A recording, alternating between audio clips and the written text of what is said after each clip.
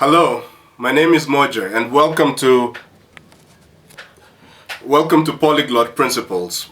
This is the channel where I teach you how to learn a language like a genius by teaching you the principles of language learning. Alright, let's dig in. Oh, just a moment.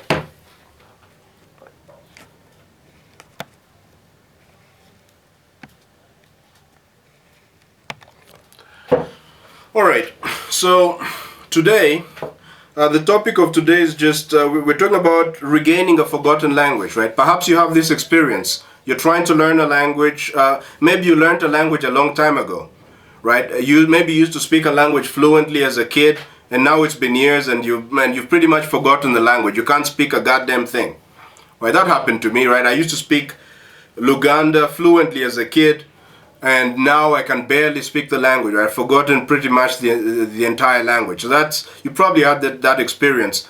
And the natural question is, well, how do I regain a forgotten language? Or what causes me to forget a language? That's what we're talking about today, regaining a forgotten language. And now, look, I always give, my videos are very detailed. I usually give very useful information up until the very end. Right? So if you don't want to miss out on any information or any powerful ideas that could lead you to fluency, make sure to stay till the very end. Alright, so as usual, I'm going to start with a question. I'm going to ask you this question. Why do we forget a language? What would cause someone to forget a language? Right? How many factors are there? Write them all down. Please pause this video. Think about the question. Think about what would cause someone to forget a language. Or why do people forget languages? Think about the question, pause the video, think about the question, and then go to the comment section below and write down what you think. And then come back and listen to the video and find out if what you're thinking agrees with what I'm thinking about the topic. And I'm really interested also in knowing what you think. Alright, let's dig into the meat of this thing here. So let's start with number one. Let's start by answering the question, right? Why do we, let me start by answering the question, why do we forget? A minute. All right. Why do we forget a language? What causes this forgetting? So this one is pretty simple, isn't it, right? You forget a language typically because you just aren't using it anymore. Right? That's as simple as it gets, right? The mind, look, as I've mentioned in previous videos, your mind is very efficient. Your mind is trying to get things done with the least amount of effort. Right? It's essentially lazy. Right? And it's not a bad thing, by the way, that the mind is lazy, right? Because it means it's helping you to do things quickly. Right? And it's not wasting energy, more energy than is necessary on certain things. So, for example, you see, when it comes to your ability to speak a language, for example, maybe you speak English. Your English, actually, you probably do, right? Because you're listening to this video. You're watching this video. So, your skill in English, have you ever heard this before? In this entire universe, everything that we know, nothing ever remains the same. Everything changes, right? Look, your relationships with people change. Your physical body is changing. You're not the way you looked when you were a kid. Even life itself is going to change. Eventually you'll be dead, right? These are all facts. Everything changes. Nothing remains the same. In particular, even your language skill does not remain the same. Right? If you think you can keep your English level constant, you cannot. Either your English is getting better or your English is getting worse. Either your knowledge of a language is getting better or it's getting worse. It never remains the same. Right? Which means that your mind has to put in effort. Right, it takes effort to make your language better. It takes effort to make you better at a language. It takes effort to improve skill. It takes absolutely no effort to lose skill. That happens automatically, right? You need to put in effort to remember things. You put in no effort to lose things, right? So if you're asking your language if you're asking your mind to maintain, to make you better at a language, what you're asking it to do is to put in effort. And the mind has to assess whether the effort is necessary. For example, if you're not using the language, you need to speak it on a daily basis, you don't need to write in it, you don't use it at all, your mind figures, well, this particular language is not so important. right? So since it's efficient, it's not gonna help you to become better at the language. It's not gonna put in the effort to make you better, to integrate the language, make it more refined, increase your capacity to communicate. No. What the mind is gonna say is, okay, it looks like we don't need this language. Right? It looks like this language or this skill is useless. Because why is it useless? Because we're not using it, right? So the mind just like, all right, so we're not gonna put any effort on this. And because the mind doesn't put any effort and your language skill doesn't remain the same, that automatically means your language skill is gonna go down. You're gonna forget words, forget language structures, you're gonna forget how to express things, you're gonna be awkward. This is a natural consequence of disuse. This is the primary reason. This is the primary reason why you lose a language, right? And this is just, look, it's not really language specifically, it's just the way life is, right? A simple example is, for example, what? If you start going to the gym and you start lifting weights, your muscles are going to grow bigger, right? Why are the muscles going bigger? Why is the mind and the body putting in energy into giving you bigger muscles? The reason is because you need them. You're lifting heavy things. Immediately you quit lifting weights, what happens? Well, the muscles eventually are going to disappear. Why? They're no longer necessary. Why would the body and the mind put in energy into something that you don't need? Right. So this gives you the first tip, right? If let's say you want to avoid forgetting a language, the first tip is to use the goddamn language. All right? But let's go a little deeper, right? We really need to understand this stuff. So forgetting is not born equal, right? There are different levels of forgetting. Or let me put it this way. There are different ways of losing a language, right? I can lose a language totally. I'm going to distinguish between two types of language loss. There is total loss and something I'm going to call rusty loss. When you lose something totally, it means that it's completely gone, right? Obviously, right? So it's what it means. So look, when I was in university, I studied math, right? So at the university, for example, there's a course I took, a branch of mathematics called topology. Topology is a form of geometry. So this particular topology class, I learned the concepts to the marrow of my bone. I knew the material as well as, like, just like the material to me was like breathing. It was part of me. I learned it to a reflex level, really deeply, right? But look, I haven't used this material for a very long time, right? I haven't had to, for the last couple of months, I haven't had to do anything related to topology. So obviously I've forgotten the concepts, right? In a sense, I've lost topology, but I really have not. Because if I just open the textbook, right, all the concepts will come back to me like a lost memory. Right, so in this case, I am rusty at topology. I'm experiencing rusty loss, not total loss.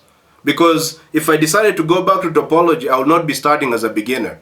Right? I'll just, everything I knew will come back quickly and then I'll start at an advanced level. Right? But total loss is something different, right? On the other hand, there's another course I took at the university, still in math, a course called representation theory. Now, I never really understood what the heck was going on in that class. It was totally above my head and I didn't put in enough effort, right? So, as a result, look, do I remember anything from that class? Absolutely not, right? I experienced total loss. If you gave me the representation theory textbook and I tried to open it, look, it's like it would just be as good as me starting afresh, because I've totally lost I totally lost the goddamn subject, right? I never knew it in the first place. This is what I'm talking about, two levels of loss. Total loss, which means if you try to do it again, you might as well be the equivalent of a beginner. And then there's rusty loss, where okay, you used to do it really well, but you spent a long time without doing it. If you try to take it up, it's not going to take you as long to go to your original level. Right? It's kind of like, actually, the experience with riding a bike. Typically, like riding a bike, if you know how to ride a bike, you'll notice that riding a bike is done at a reflex level. It's a reflex level activity. Right? If you don't know how to ride a bike, you fall. But once you know how to ride a bike, you know how to ride a bike on a reflex level. Right? I learned how to ride a bike when I was a kid, and I spent many years without riding a bike. When I got to college, I had to again ride a bike. And I had spent so many years without riding it, but immediately I sat on the bike, my body knew automatically what to do, right? So I'd never really lost my bike riding ability. I was just rusty. I was experiencing rusty loss. So this principle applies to any kind of skill. In particular, it applies to languages, right? If let's say like, so your language loss is not equal. If you knew the language really well and now you can't speak it, you haven't lost it. You haven't totally lost it. It's just rusty loss. But if you couldn't speak the language before, it was a struggle, and you hadn't learned things in the language to a reflex level, then pretty much you've totally lost the language now. And if you try to do the language again, you have to start afresh, like a total beginner, pretty much. You're the equivalent of a beginner. Of course, there'll be some slight differences, right? Because the mind never totally forgets, right? But it's kind of... This is, you see, there are different levels. There are different levels of memory, right? And it basically, I mean, language is very linked with memory, isn't it? You have to remember words.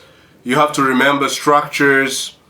You have to remember certain ways of saying things and so on. Language is really hugely about memory. So I just remembered something about what I learned about memory. I think it may be relevant to actually this video. So the way memory works is it works through stimulus and response, right? A certain stimulus causes you to respond in a certain way, and the stronger these things are connected, the more you remember it. There are certain memories that you can never forget, reflex level memories. For example, if you've ever touched a hot surface and got burned, you'll never forget it. That lesson was burned into your brain. That connection between stimulus, hot stove, response, a burn, you'll never forget that. In fact, the memory is so deeply ingrained that once you had that experience, your behavior around fire completely changed. You became very careful with fire. Much more careful than you used to be, right? So this is also the same with memory, right? With language, for example, when you're speaking a language, for example, when you say the word cat, right? The word cat has to be associated with an image, and the image is your image of an actual cat in the real world. Those two things have to be connected, right? The stronger the connection is between the stimulus. So basically, here's what happens: when you hear the word cat, the image of a cat quickly will appear in your mind, right? So the stimulus, the sound cat, the sound of the word cat is a stimulus that brings up the image of a cat in your mind. And when you see a physical cat, the cat is also a stimulus for the word cat, right? So in this case, you have it's kind of like two-directional stimulus response. The word cat is a stimulus for the physical cat. The physical cat is a stimulus for the response, and you hear in your brain the word cat, right? So the strong, when this connection becomes so strong to the reflex level, that connection is never truly lost. Which means that even if you spend years without thinking about a cat or talking about a cat, if you connected this word cat and the physical cat in the real world, if you connected these two things to a reflex level, you'll never truly forget that stuff. I mean, if you spend 10 years, you'll be rusty, but after just a few tries of hearing cat, the word cat, and looking at the image, after a while, it will just come back to you. You never really lost it, right? And there are certain connections that, like, if you know a language poorly, it means that, right, if you never really learned a language well, it means that you never really made these connections between, for example, sounds and images in your mind, right? And because you did not make these connections well, after time they begin to fade. And after a while, after a couple of months or weeks of not speaking, the connection has faded totally, that you have to rebuild these connections afresh, right? This is kind of, if you go really deep, this is kind of the difference between total loss. When you have total loss, it means the connections between sounds and images in your mind, right, was very weak to begin with, and now it's totally lost, right? And then, right, not totally, because the mind never truly forgets, but for all intents and purposes, it's totally lost, all right? And then there is now, if the connection between sounds and images in your mind is very strong to a reflex level, then that's different. Right now, even if you spend 10 years without speaking the language, that is just, that becomes rusty loss. You're just rusty, but you haven't really lost it, all right? So, now, and look, you know, when it comes to your rustiness in a language, there's a scale of rustiness, right? If you're 0% rusty, let's just make it in percentages, just a concept to help you. There's 0% rustiness, it's a scale from 0% to 100%. If you're 0% rusty in a language, kind of like your native language. In your native language, you're 0% rusty, right? You could, like, I could wake you up in a dream and you're going to start talking. That means you have no rust at all. 0% rust. On the other hand, if you don't know a language at all, you're totally rusty in the language. That's 100% rusty, right? And there's a scale, obviously, right? So even if you know a language well, if you spend a week without speaking it, you become more rusty. You're no longer 0%. If you spend a month without speaking a language and you try to speak it, you're going to find that you're awkward a bit. That's the degree of rust, right? So if you're 50% rusty at the language, now here's why I'm bringing up the scale of rustiness, language rustiness. The reason I'm bringing up the scale is that the more rusty you are means that the more rusty you are, the more effort you need, the more effort and time you need to acquire your original skill in the language, right? And we said rustiness just comes from misuse typically. If you haven't used a language for 1 year, it's going to take effort and time, right, to regain the language, but it's going to take less effort and time as if you had spent 10 years without using the language, right? So this is what we're talking about here. If you're 50% rusty, you need 50% energy. If you're 100% rusty, which means, look, basically you're experiencing total loss. Your knowledge of the language is so, you've totally forgotten the language to the point that it's just a foreign language, a new language to you. If you do that, then it's going to take all of your effort and concentration to figure it out, right? So this is useful, obviously, if you've forgotten a language and you're trying to regain it, right? It helps you to realize that it's going to take some effort and time. It's not going to be automatic, all right?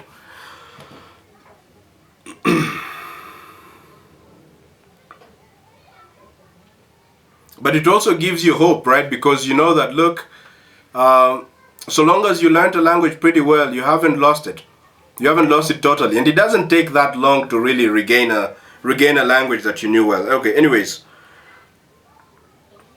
So now we've introduced all these concepts. Let's now connect them to the main question. Well, how do I regain a language? How do you regain a language? That's the question, right?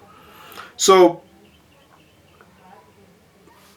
the strategy you're going to use to regain a language that you lost is going to depend on what kind of loss you have, right? If you're totally rusty, which means that you're experiencing total loss, right? You never learned the language well at the beginning, so that now it's totally gone.